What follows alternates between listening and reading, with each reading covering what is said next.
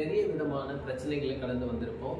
நிறைய விதமான துன்பங்கள் இருக்கலாம், சோதனைகள் இருக்கலாம், பாடுகள் இருக்கலாம், இல்லை தேவைகளோடு உங்களுடைய வாழ்க்கையை நடத்துகிற நிறைய பேரை நீங்கள் இருக்கலாம். நமக்கு வருகிற எல்லாம் எதனா ஒரு பிரச்சனையாக வரட்டும், இல்லை எதனா ஒரு ப்ராப்ளம் வரட்டும், ஃபஸ்ட்டு நம்ம என்ன பண்ணுவோம்னா ப்ரேயர் பண்ண மாட்டோம். இந்த பிரச்சனை ஏன் வந்தது அப்படின்னு சொல்லிட்டு கடவுளை திட்ட ஆரம்பிச்சிடுவோம். இன்கேஸ் நம்ம எதனா ஒரு அவசரமாக ஆஃபீஸ்க்கு போகணும் அப்படின்னு இருக்குன்னா, அன்னைக்குன்னு ஒரு நாள் பார்த்து நம்ம லேட்டாக போகிறதுனால நம்ம பாஸ் நம்மளை திட்டுவாங்க. கொஞ்சம் நேரம் ரிலாக்ஸ் ஆகிட்டு உடனே நம்ம என்ன சொல்லுவோம், இந்த கடவுள் ஏன் என்னை எப்படிலாம் சோதிக்கிறாரோ, இது இந்த மாதிரிலாம் வாழ்க்கையில் ஏன் அனுமதிக்கிறாரு அப்படின்னு சொல்லிட்டு நம்ம திரும்ப கடவுளை தான் திட்டுவோம். யோசிச்சு பாருங்க, நமக்கு ஏற்படுற சின்ன சின்ன பிரச்சனைனால, நம்ம அன்றாட வாழ்க்கையில் நடக்கிற ஒரு சின்ன விஷயங்கள்னால நம்ம தினந்தோறும் கடவுளை திட்டுறவங்களா இருக்கும். பட் இந்த ஒரு மனிதரை பற்றி நம்ம எல்லாருமே திரும்பி பார்த்தாங்க. வாட்ச்மேன் நீ. இந்த வாட்ச்மேன் நீ என்ற ஒரு மனுஷன் அவருடைய வாழ்க்கை முழுவதுமே பிரச்சனையோடவே கிடக்கிறாரு. இருந்தும் கடவுளை விட்டு விலகாததை அவர் ப்ரூவ் பண்ணாரு. அப்படி என்னெல்லாம் செஞ்சாரு அப்படின்னு சொல்லிட்டு இந்த கதை மூலமா பார்க்கலாம். ஆக்சுவலாக சைனாவில் ஃபியூஜானன் என்று சொல்லப்படுற ஒரு இடத்துல ஒரு தம்பதிகள் இருக்காங்க. அவங்களுக்கு 2 பெண் குழந்தை பிறகு. அப்போ அந்த தாயார் வந்து கடவுள்கிட்ட ரொம்பவே அதிகமாக ப்ரேயர் பண்ணுறாங்க. எனக்கு ஒரு ஆண் மகனை தாங்க, எனக்கு ஒரு ஆண் மகன் பிறந்தா அவரை நான் ஊழியத்துக்காகவே அர்ப்பணிப்பேன் அப்படின்னு சொல்லிட்டு அவங்க அம்மா தொடர்ந்து ப்ரேயர் பண்ணிக்கிறாங்க. அதன் பலனாதான் வாட்ச்மேன் நீ அவங்க அம்மாவுக்கு பிறக்கிறாரு. வாட்ச்மேன் நீ ஒரு கிறிஸ்துவ குடும்பத்தில் பிறந்ததுனால அவரோட அம்மா ரொம்பவே தேவ பக்தியோடு இருந்த ஒரு மனுஷியா இருந்ததுனால எல்லா விஷயத்துக்கும் இவரை கடிந்து கொள்றாங்க. இவரை கடவுளோட வழியில நடத்தணும் அப்படின்னு சொல்றதுக்காக. வாட்ச்மேன் நீக்கு காலப்போக்கில் இது ரொம்பவே ஒரு இரிட்டேட்டிங்கான ஒரு விஷயமா மாறுது. வாட்ச்மேன் நீ அவரோட 18 வயசுல இருக்கும்போது இவர் கடவுளை மொத்தமா கடவுளோட 18 வயசுக்கு முன்னாடி தான் கடவுளே எனக்கு வேணாம் அப்படின்ற ஒரு மைண்ட் செட் உள்ள வந்தார். அந்த அளவுக்கு வந்து இவங்களோட அம்மா வந்து இவங்களை கடுமையாக வந்து சாடி ஒழுக்கத்துக்குள்ளாக நடத்தினது இவருக்கு ஒரு வெறுப்பு உண்டாக்கியிருக்கு. இவரோட 18 வயசு இருக்கும் போதே ஒரு கல்லூரியின் காலத்தில் கடவுளை இவரை சந்திக்கிறாங்க. இவரு கடவுளை ஏற்றுக்கொள்றாரு. அந்த வயசுல இருந்து வாட்ச்மேன் நீயோட பெஸ்ட் ஃப்ரெண்டு யாருன்னு பார்த்தீங்கன்னா வேதவசனம் மட்டும்தாங்க. வாட்ச்மேன் நீ அவரோட வாழ்க்கையில பெரிய பாகத்தை அவர் ஸ்பெண்ட் பண்ணது யார் கூடன்னு பார்த்தீங்கன்னா வேதவசனத்தை கூட தான். அவரோட காலேஜ் ஃப்ரெண்ட்ஸு எல்லாருமே அவரை லைப்ரரி அப்படின்னு சொல்லிட்டு அதிகமாக கிண்டல் பண்ணுவாங்களாம்.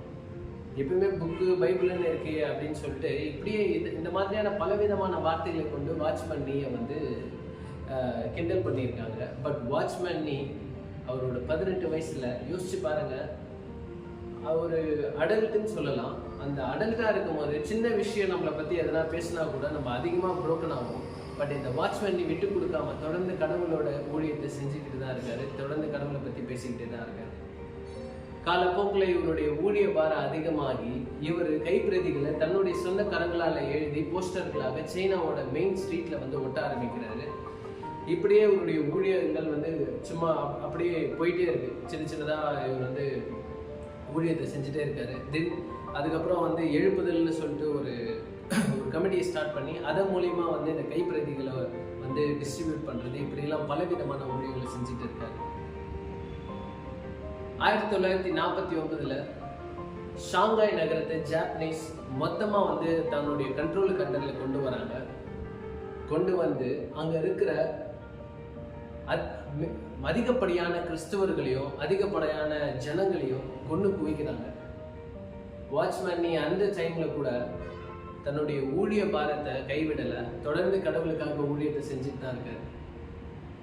அவர் கடந்து வந்த பல பிரச்சனைகளா இருக்கலாம், வந்த நிறைய விதமான சூழ்நிலைகளா இருக்கலாம், எல்லா சூழ்நிலையும் இவர் வந்து இவருக்கு சாதகமா மாத்திட்டு இருக்காரு. அந்த நேரத்துல அந்த இவரோட பிரதர் ஜோசப் என்று சொல்லப்படுற ஒருத்தரோட சேர்ந்து இந்த வாட்ச்மேன் நீ மருத்துவ பொருட்களை காயப்பட்டவர்களுக்கும் அடிப்பட்டவர்களுக்கும் விற்க ஆரம்பிக்கிறாங்க. அதன் மூலியமா வர காசை இவங்க எடுத்து ஊழியத்துக்காக உபயோகப்படுத்துறாங்க. வாட்ச்மேன் நீ உருவாக்கின லிட்டில் ஃப்ளாக் அப்படி என்று சொல்லப்படுற ஒரு ஊழியம் இன்று வரையில சைனால மிகப்பெரிய ஊழியமா பேசப்படுது. நிறைய விதமான அப்டக்கிள்ஸ் இருக்கலாம், நிறைய விதமான பிரச்சனைகள் இருக்கலாம், பாடுகள் இருக்கலாம், நம்மளை சுற்றி எல்லாமே வந்து நெகட்டிவாக இருந்தாலும் நான் கடவுளுக்குள்ளே வச்சிருக்கிற அன்பு எப்போவுமே என்னை ஒரு புதுசாக ஒரு விஷயத்தை செய்ய வைக்கிறதுக்காக முன்னோக்கி நடத்துன்றது வாட்ச்மேன் நீயோட வாழ்க்கையிலிருந்து நம்ம தெரிஞ்சுக்கலாம். 1972 வருஷத்தில் வாட்ச்மேன் நீ ஸ்டெப்ஸில் இருந்து இறங்கி வரும்போது அவரோட கால் ஸ்லிப் ஆகி அவருடைய முதுகு எலும்பு உடைஞ்சு ரொம்ப வருஷம் படுக்கையாக இருக்காரு. அதுக்கப்புறம் இவர் கடவுளை போய் சேர்றாரு. இவரோட வாழ்க்கையில் அவர் மறிக்கிறதுக்கு முன்னாடி பொருளாதார குற்றங்களை இவர் மேலே போட்டு, பலவிதமான பொய் குற்றச்சாட்டுகளை இவர் மேலே போட்டு 20 வருஷம் இவர் ஜெயிலில் இருக்க வேண்டிய சூழ்நிலை வருது. அந்த 20 வருஷமும் அநேகரை ரட்சிப்புக்குள்ளாக இவர் நடத்துகிறாருன்னு சொல்லிட்டு இவருடைய வாழ்க்கை வரலாறுலேருந்து நம்ம தெரிஞ்சுக்கலாம். வாட்ச்மேன் நீ தன்னுடைய எல்லா பாடுகள் மத்தியிலையும் தேவனை எப்படி மகிமைப்படுத்தலாம் அப்படின்னு இவரோட சிந்தனையில் அதிகமாக யோசிச்சாரே தவிர ஒரு நாள் கூட இவர் கடவுளை விட்டு போகணும் அப்படின்னு சொல்லிட்டு அவர் யோசிக்கவே இல்லை. ஒரு சின்ன கதையோட இந்த காரியத்தை நம்ம முடிக்கலாம். இந்த வேலையில் கூட நம்மளுடைய வாழ்க்கையில் நிறைய விதமான கோபங்கள், குழப்பங்கள் நம்மளை சுற்றி நம்மளோட லைஃப்பை லீட் பண்ணிட்டு இருக்கு. பட் கடவுளோட பர்பஸ், நம்ம எதுக்காக இந்த உலகத்துக்கு அழைக்கப்பட்டோம், நம்ம ஏன் இங்கே நின்று கொண்டு இருக்கிறோம், நம்மளுடைய வாழ்க்கையோட பர்பஸ் என்னன்னு சொல்லிட்டு நம்ம நிறைய பேர் கடவுளை கேட்க மறந்துடுறோம். ஒரு ஊர் தலைவர் ஒருத்தர் இருந்தார். அவர் ஒரு ராஜா கிட்ட போயிட்டு கேட்குறாரு, ஒரு ராஜா ஒருத்தர் இருக்காரு. அந்த ராஜா வந்து ஒரு பெரிய மகானை வந்து அவருடைய கண்ட்ரிக்கு வந்து அழைக்கிறாரு. என்னோட ஊரை நீங்கள் சுற்றி பாருங்க, உங்களுக்கு என்ன தேவையோ நான் தரேன் அப்படின்னு சொல்லிட்டு இந்த மகானை கூப்பிட்டுட்டு இவர் எல்லா இடத்தையும் சுற்றி காமிக்கிறாரு. கடைசியாக இவங்களோட பேலஸ்க்கு இவங்க வராங்க. அந்த ராஜா அந்த மகானை பார்த்து கேட்குறாரு, உங்களுக்கு என்ன வேணுமோ என்கிட்ட கேளுங்க, அது பணமாக இருந்தாலும் பொருளாக இருந்தாலும் எதாக இருந்தாலும் நான் உங்களுக்கு தருவேன் அப்படின்னு சொல்லிட்டு இந்த ராஜா வந்து அந்த மகானை டிமாண்ட் பண்ணுறாரு. அந்த மகான் வந்து இந்த ராஜாவை பார்த்து சிரிக்கிறார். சிரிச்ச உடனே இவருக்கு பயங்கரமான குழப்பம், எதனால நீங்கள் என்னை பார்த்து சிரிக்கிறீங்க அப்படின்னு சொல்லிட்டு. அப்போ அந்த மகான் வந்து சிம்பிளாக ஒரு விஷயத்த சொல்கிறாரு, இல்லை எனக்கு அடிமையாக இருக்கிற பொருளை வந்து உன்னை எப்படி ஆளுக்கு செஞ்சுட்டு இருக்குன்னு நினைக்கும் போது எனக்கு சிரிப்பாக வருது அப்படின்னு வந்து அந்த மகான் வந்து அந்த ராஜா கிட்ட சொல்கிறாரு.